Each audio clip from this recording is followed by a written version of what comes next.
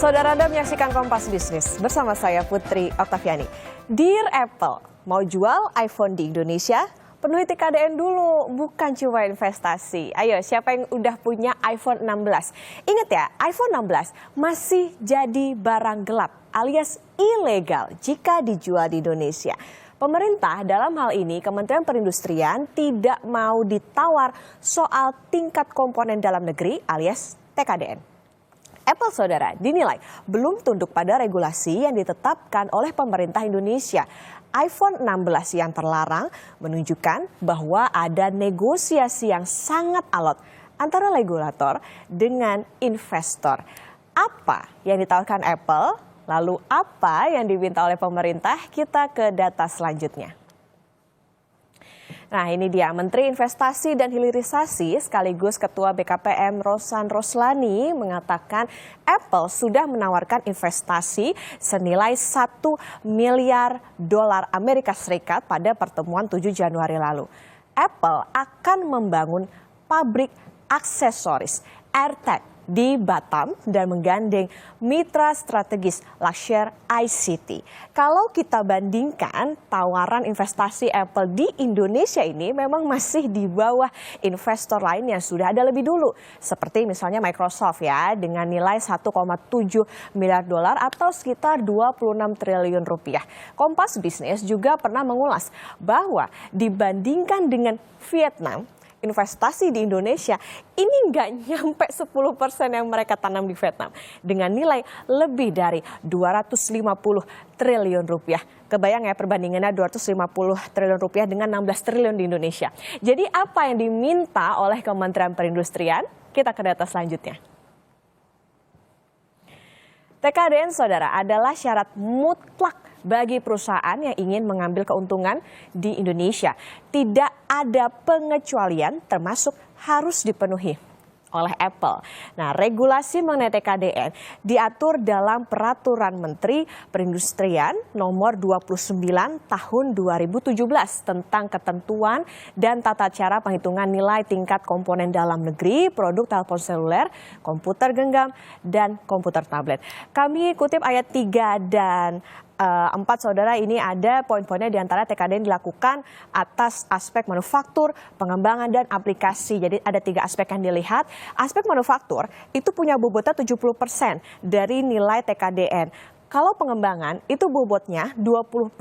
Sementara kalau aplikasi itu bobotnya 10%. Jadi yang namanya muatan lokal atau TKDN itu adalah komponen-komponen yang ada di dalam sebuah barang. Misalnya speaker, baterai, kamera, lampu, dan yang lainnya. Kabarnya, saudara, dari 360 unit komponen dalam ponsel iPhone itu hanya 2 unit komponen yang diproduksi di Indonesia. Bayangkan dari 360 cuma 2 yang diproduksi di Indonesia. Nanti kita konfirmasi ke Kementerian Perindustrian. Perundingan investasi Apple di Indonesia alot. Apple belum bisa jualan produk terbarunya, termasuk iPhone 16. Saudara, Indonesia, negara dengan populasi terbesar keempat di dunia. Pasar potensial untuk investor, termasuk untuk Apple. Hingga saat ini, pembahasan investasi Apple di Indonesia masih alot. iPhone 16 masih ilegal di Indonesia. Lebih lengkap soal investasi Apple di Indonesia sudah bergabung di studio Kompas TV juru bicara Kementerian Perindustrian Febri Henry Antoni Arif. Pak Febri, selamat pagi, selamat datang di studio Kompas TV. Selamat pagi, terima kasih Mbak Okta sudah diundang ke Kompas TV. Sehat, Pak? Sehat selalu. Oke, Pak Febri, kemarin hari Selasa tanggal 7 Januari 2025 pemerintah dan Apple ini kan sudah bertemu membahas investasi tentunya. Bagaimana investasi Apple di Indonesia. Siapa saja sih yang terlibat dalam pertemuan ini? Apa yang dibahas? Jadi pada Selasa 7 Januari kemarin Apple dipimpin oleh Nick Eman dan tim itu datang ke Menperin. Mereka bertemu dengan Pak Menteri Perindustrian, Pak Agus Gumiwang Kartasasmita. Selanjutnya mereka bertemu dengan tim negosiasi Kemenperin. Tim negosiasi Kemenperin itu dipimpin oleh Dirjen Ilmate, Pak Tata, dan juga beberapa orang dari staf khusus Menteri dan juga tenaga ahli Menteri dan beberapa direktur eselon 2. Di dalam pertemuan negosiasi itu Apple menyampaikan tentang tawaran mereka ada 3 yang mereka sampaikan. Pertama itu soal utang investasi 10 juta US dollar. Yang kedua soal proposal untuk skema 3 inovasi untuk agar iPhone 16-nya bisa mendapatkan sertifikat TKDN dan dapat TPP impor sehingga bisa diperjualbelikan di Indonesia. Dan yang ketiga itu pembahasan tentang investasi Apple untuk pembangunan fasilitas produksi AirTag sebesar 1 miliar US dollar di Batam. Dari 3 isu itu kami hanya sebenarnya membahas 2, dan tapi juga kami juga sedikit bertanya tentang yang ketiga tentang investasi AirTag di Batam sebesar 1 miliar US dollar, karena itu sebenarnya ada di Kementerian Investasi. Untuk yang poin pertama, utang investasi sebesar 10 juta US dollar itu sudah disampaikan oleh Apple. Mereka akan digunakan untuk apa uangnya, dan kemudian juga menyiapkan bukti-bukti invoice penggunaan itu, dan kami dari Kementerian Perindustrian sedang menyiapkan pihak ketiga untuk melakukan assessment terhadap penggunaan uang itu. Dan pada prinsipnya untuk yang poin pertama itu yang utang investasi 1 juta dolar itu sudah done gitu, sudah oke. Sudah oke. Nah, pada yang kedua ini, isu yang kedua soal proposal Apple. Jadi Apple memilih skema ketiga dari yang 3 skema yang ada, yakni skema investasi, dan mereka mengajukan proposal ada angkanya ya untuk pengembangan inovasi itu, dan itu periodenya 2023-2026 ya. Dan kemudian mereka menyampaikan bahwa mereka tetap akan menjalankan pendidikan pelatihan di Apple Academy di 3 tempat, di Batam, Jakarta, Serpong ya, dan kemudian di Surabaya. Dan kemudian dari proposal itu mereka menyampaikan Apple Academy membentuk Apple Academy yang keempat di Bali. Kami kemudian menyampaikan counter proposal atas tawaran mereka itu. Pertama yang kami soroti soal nilainya, ya.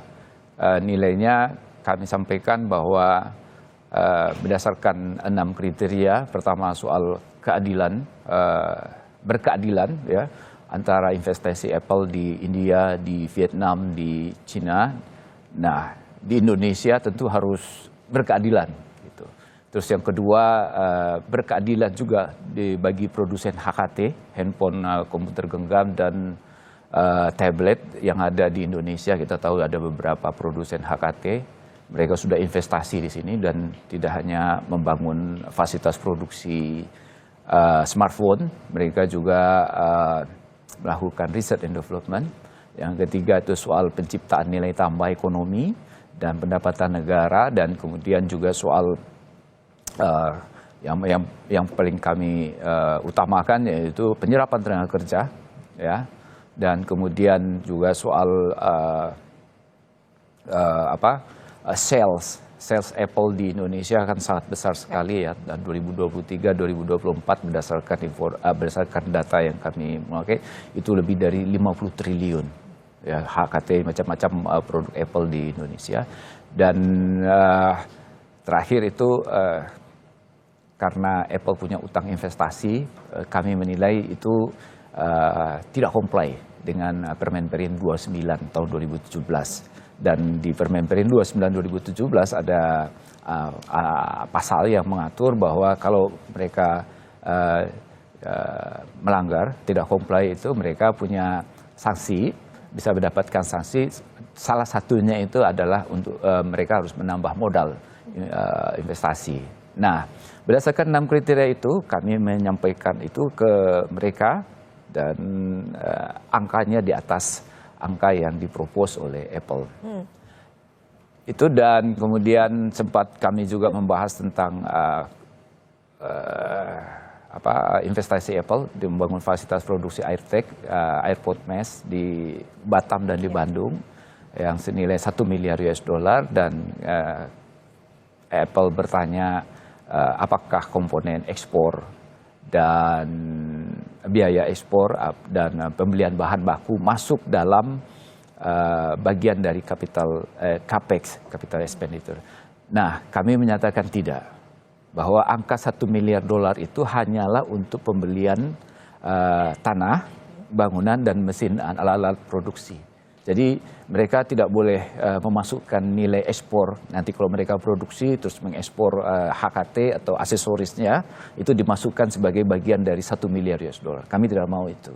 Atau mereka mengimpor komponen-komponennya, misalnya kamera, layarnya, begitu, dan komponen yang lain, bahan baku, dan itu dimasukkan sebagai bagian dari investasi $1 miliar. Kami nyampaikan kami tidak sependapat dengan itu. Nah, setelah kami sampaikan counter proposal, Apple kemudian menyatakan mereka akan membawa counter proposal itu ke kantor pusat mereka di Amerika Serikat.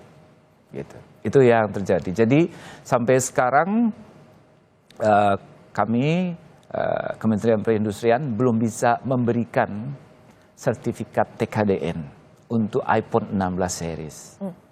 Kenapa? Karena tadi kami belum sampai pada sebuah kesepakatan dengan pihak Apple ya, terkait dengan proposal isu-isu yang kedua tadi, proposal Apple periode 2023-2026. Karena belum ada kata sepakat, kami tidak bisa mengeluarkan sertifikat TKDN. Dan sebagaimana diketahui bahwa sertifikat TKDN sebagai salah satu syarat dari mereka untuk bisa melakukan impor iPhone ke Indonesia. Dan dengan demikian maka iPhone 16 Indonesia saat ini masih belum boleh diperjualbelikan di Indonesia. Oke, artinya memang ada banyak atau ada poin yang ya Apple nih kayaknya lagi banyak terlalu menimbang-nimbang nih gitu untuk bisa dipenuhi, padahal mereka bisa jadi menyasar Indonesia sebagai pasar yang sangat besar. Nah, kalau dari poin-poin yang tadi nih Pak, proposal apa sih sebetulnya yang sangat-sangat belum match gitu dari antara Apple dengan pemerintah Indonesia, kemudian juga dari segi apa tadi sertifikasi TKDN-nya yang akhirnya belum bisa keluar. Kapan Apple bisa menjanjikan bahwa oke, kita selesaikan ini gitu permasalahan soal bagaimana investasi maupun juga pemenuhan TKDN itu tadi? Kami dari Kementerian Perindustrian pada prinsipnya kami terbuka. Dan kami senang Apple datang pada Kementerian Perindustrian kemarin, dan kami tentu siap membantu Apple untuk bisa menyusun proposal yang lebih baik lagi, ya, seperti hasil dari pertemuan negosiasi kemarin. Kami sendiri menilai bahwa Apple punya kemampuan yang cukup baik, bukan cukup baik, malah mungkin jauh lebih baik daripada yang lain, punya kemampuan finansial yang cukup besar, kemampuan produksi dengan berbagai divisinya cukup kuat begitu.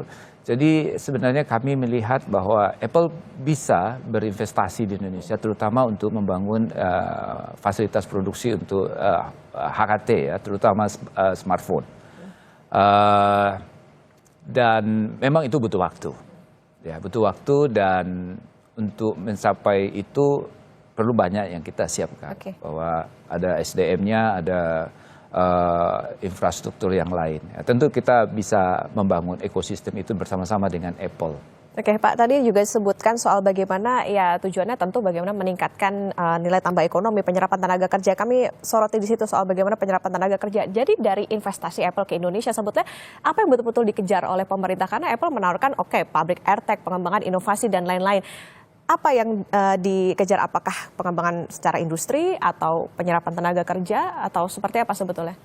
Kalau proposal yang masuk pada kementerian dan Apple sudah memilih skema 3, tentu itu lebih banyak kepada soal kami dorong pada research and development.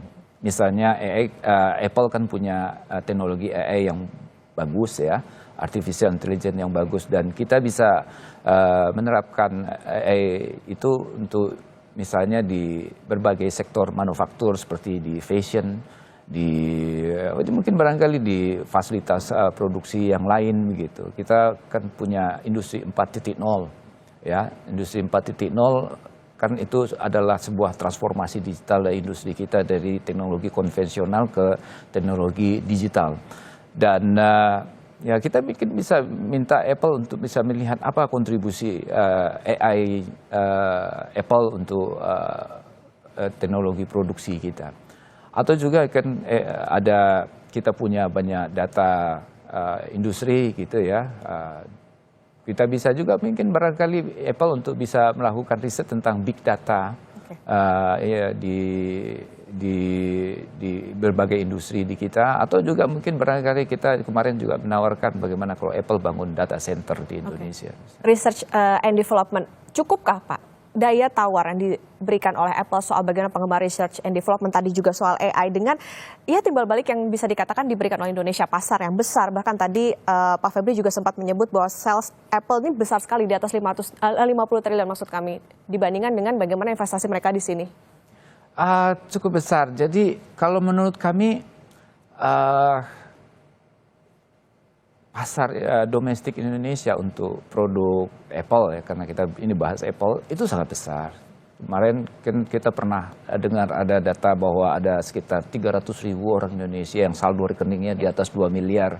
Pertumbuhan ekonomi kita juga sangat bagus, dan beberapa daya beli masyarakat juga cukup bagus. Dan Apple saya pikir punya tempat yang cukup kuat di pasar domestik Indonesia.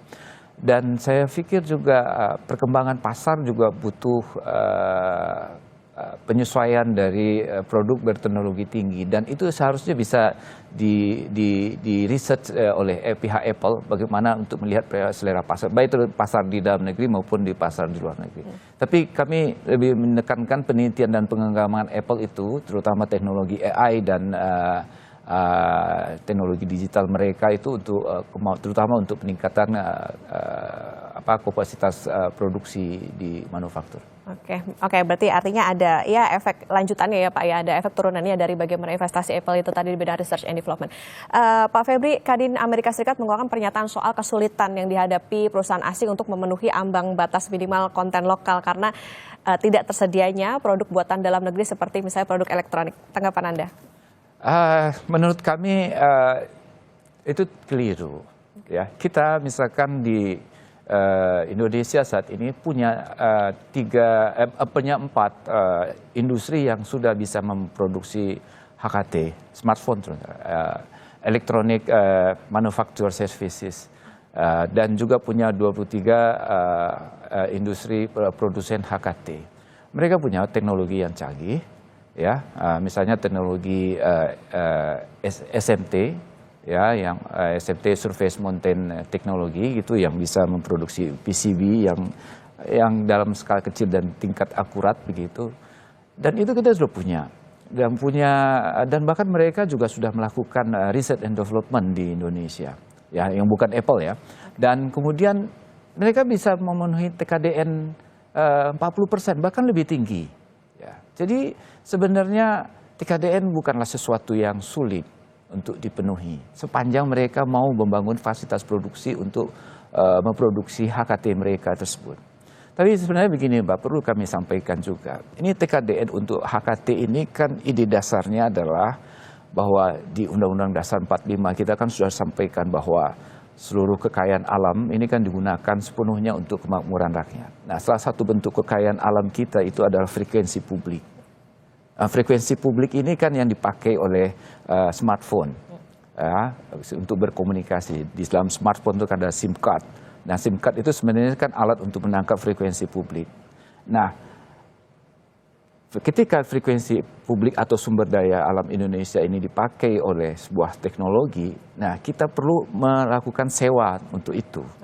Nah, sewa itulah kemudian tidak dalam bentuk langsung ketika dipakai sewa, tapi dalam bentuk kita buat dalam bentuk TKDN.